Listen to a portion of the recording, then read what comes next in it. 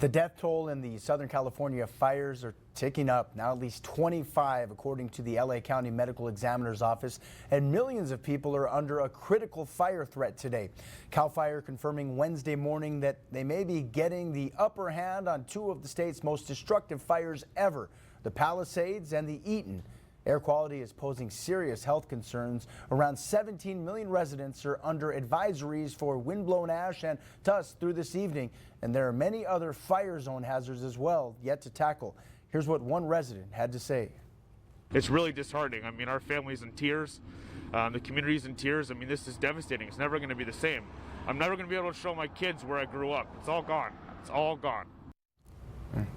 LA's City Council adopted several new measures to better protect fire survivors and evacuees, including speeding up federal emergency funds.